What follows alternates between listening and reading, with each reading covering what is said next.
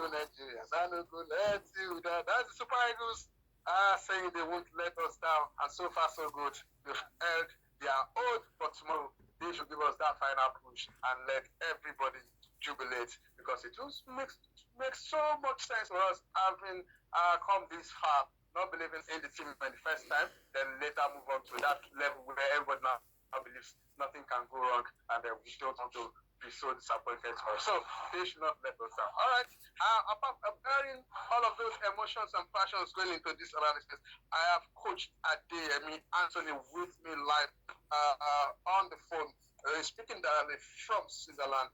Is a Nigerian coaching Uyinbo people, and he understands tactics so well. I hope Coach Adeyemi this afternoon will detach the emotion of being a Nigerian and give us the analysis from the point of view of what he has said so far of the two teams. Good afternoon, Coach.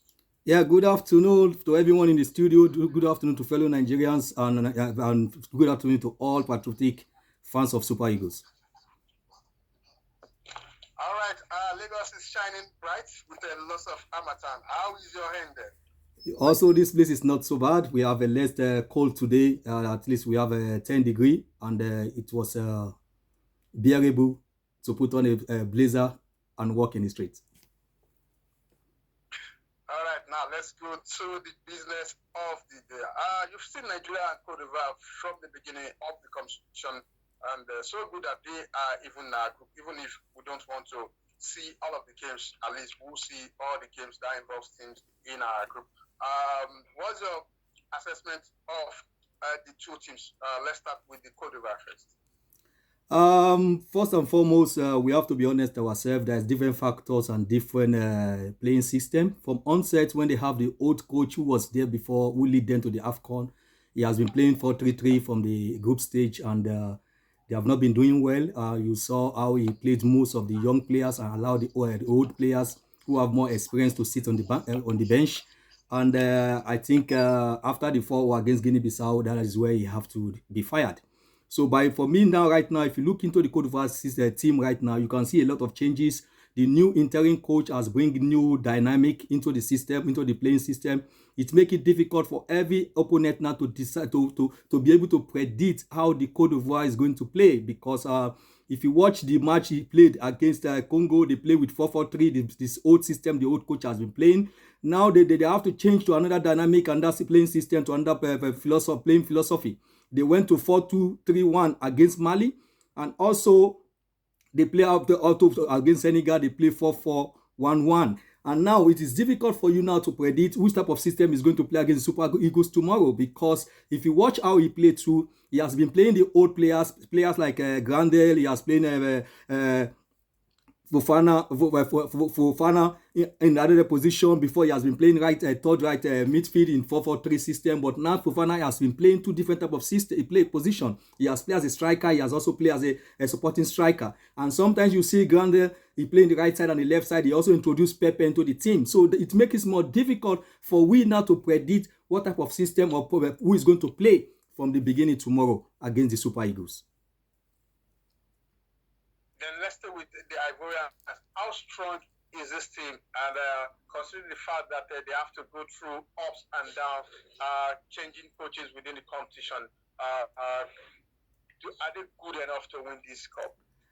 Definitely, if they are not good enough to win this cup, they will not go off this far to get to the final. Because if you watch all their round of 16 against Senegal, although it was penalty shootout, but you see that they give it all. When you watch the other match again against Congo, you can see the way they dominate Congo. They also against Mali, they defeated Mali. So for me, I'll be honest to you, this final tomorrow against Super Eagles is going to be a very difficult match for Super Eagles. Even the match against Super Eagles in the group stage, although we win 1-0, we scored 2 penalties. We did not score in open game. We scored, but what just a penalty that Osimhen considered the penalty that Osimhen conceded, and Afcon scored the goal. They dominated that game against Super Eagles in the midfield. You see, they have more ball possession, but we have more unpredictable team because we are so cautious in defensive line, and we also have strikers in up front. We also have players who can take on any defenders at any given time. So that is one edge that we're going to have over them. But my fear is, are we still going to sit all back and wait for the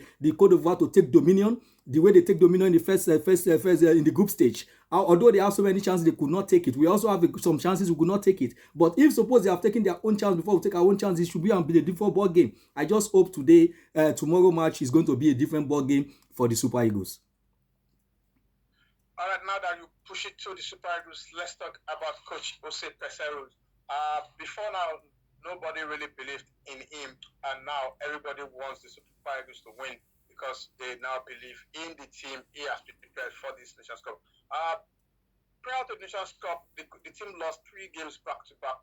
Then at the Nations Cup, they are yet to even concede 3 goals as they've won all of their games, barring 2 at full time. What do you think has changed from those days of preparing this team and how the competition proper? Let's first and foremost, let's give honor and appreciation to those that deserve it, like from the NFF president, Alhaji Ibrahim Musa Gusso, also to the board member, to the shareholders that have a listening ear that we should retain Coach Peseiro, because I'm one of those that who vouch for him that they should retain him, they should allow him to take us to the Nations Cup, that after the Nations Cup, if he did not perform, they could allow him to go. Peseiro has not been doing well in the friendly matches and also in some Nations Cup qualifying, World Cup qualifying. It makes it difficult for Nigeria to trust him, and the tactics was not good enough. I remember I went to Villa FM, I told them in Villa FM and also in Afro Sport, I said, please, they should leave this guy to continue, that he should play 3-4-3 or 3-5-2. And I also wrote to the shareholders that they please leave this guy to continue. I remember in a group chat, Sport World, I also say the same thing. Many people castigate me. But what I will say about Jose Peseiro is, he has listened to some of the callers in the radio station. He has listened to some of the people that criticize him that he changed system, and he has been doing well right now. Now, his team is also predictable because he's playing 3-5-3-4-3 from the onset after he has played 4-4-3 against Equatorial Guinea. Now he's playing the same system from the last second match up to date. It's predictable, but the last match he did something marvelous that everybody did not expect. When I said it in your station here in Jordan FM, I said he should try to bring plan B if plan A is not working. And we saw the plan B. I was not expecting him to introduce Oyenasho. I was not expecting him to introduce Chukwueze. I was not expecting him to introduce Murphy. But he introduced this player, and every one of them played their part and gave us the victory. I think if he's able to put on also another plan A, plan B, plan C, even plan D, 100% we're going to beat Cote d'Ivoire tomorrow, because we should catch them unaware. We should not let them. We should not be predictable the way we play. We played 3-4-3 conveniently until the South African game.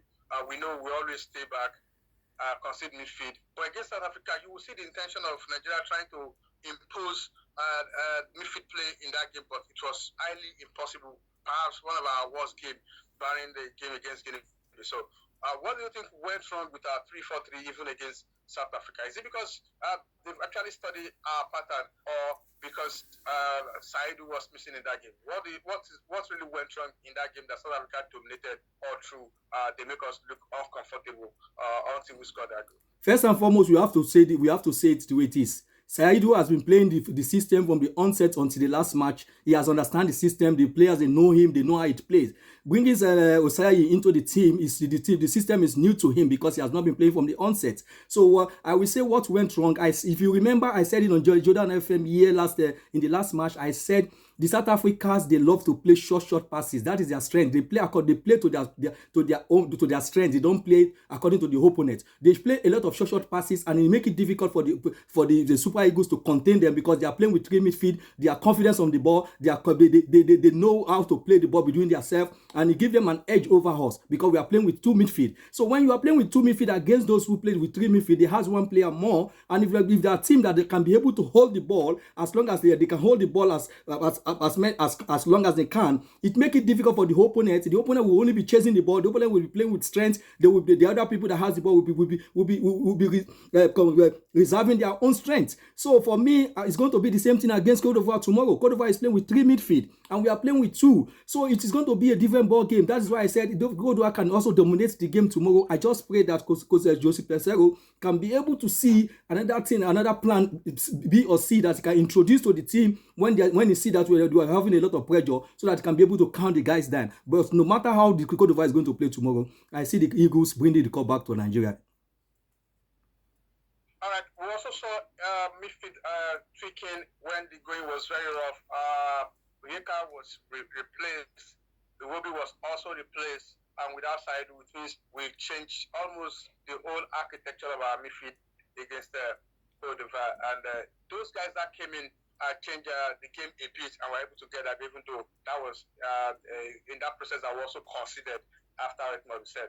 Do you think the likes of Iheanacho and the rest can come as a plan B in order to play probably another formation, or same 3-4-3 formation with other personnel in the middle?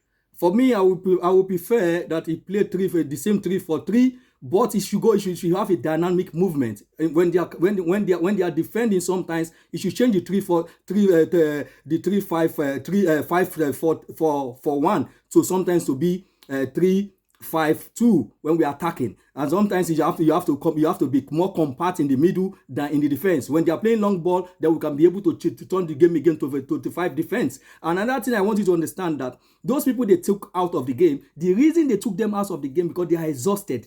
This system we are playing, you have to have a lot of energy. You have to have a lot of stamina to be able to last for 90 minutes. You can see Osimhen could not last anymore. You can see Iwobi lose his blend, he lose his concentration in the game because they have played with a lot of strength. This system, if you don't have a strength, you cannot play this system. That is where you see that a lot of them have a lot of fatigue because they have been playing this system for a long time. So the only way to make this match easy for them, sometimes the coach have to always change system in a dynamic way. In this playing system, he can also change to 3-5-2, 3-4-3, so that the boys they can be able to be comfortable holding the ball as long as possible. But the moment you are playing the same system, the people that work more is the right back and the left back, and not Alaino and Shedu. Like Osayi the last time, they have to run to 100 meter up front, 100 meter backward. So it makes it more difficult. And two central midfield playing against 3, it makes Iwobi could not get himself anymore. Onyeka too was exhausted. So all these things, you need a lot of energy. And I pray that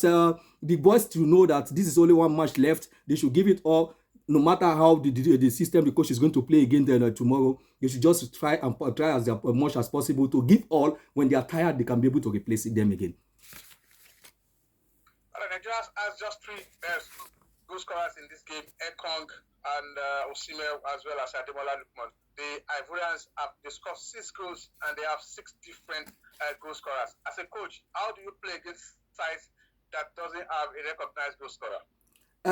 We should not forget. We should always remember something. In our team, the way we build our system and our tactic, we build it in the sense that if we cannot score, they should not score us. That's why we see that we don't have a point man that always scores the goals. So what I would say in this team is that they has been so defensive. They have not conceded any goal up to now, except the South Africa match, which is penalty. I think that is a plus to the team. So for them to play against this team again, it's all the same thing they are going to do. Play more defensive. They are more attacking team that anybody can score for them. Be vigilant, be concentration, focus for 90 minutes. We know how it's going to be. There will be a chance that the way we have a chance against South Africa, Osimhen can take them on again one-on-one. Simon can have the chance again to dribble past the one defender and bring the ball to Lookman again.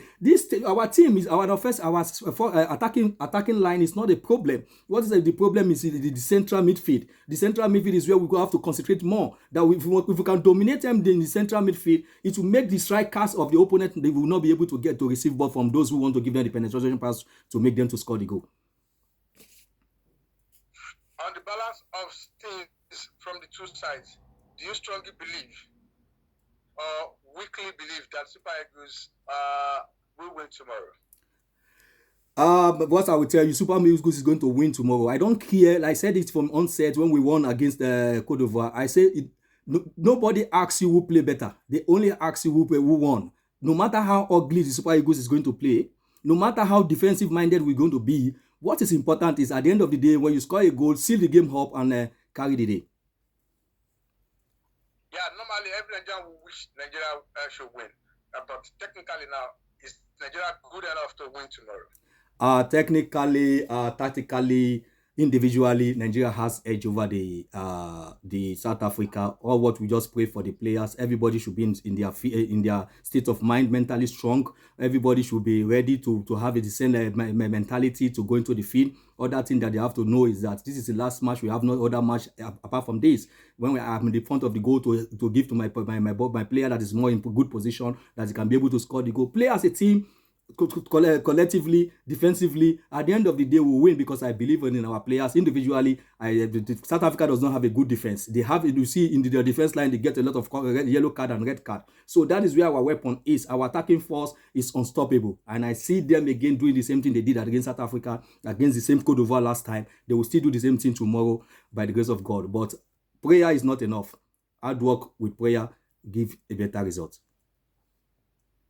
All right, thank you, Coach Adeyemi, for that breakdown and for the assurances that Super Eagles will win tomorrow, based on the fact that they are technically better than the Ivorians. Thanks for your time with us on the show. Hopefully, we'll rejoice together on Monday to have another review of how everything pan out on Sunday. That will be on Monday morning, and then we'll celebrate on the show.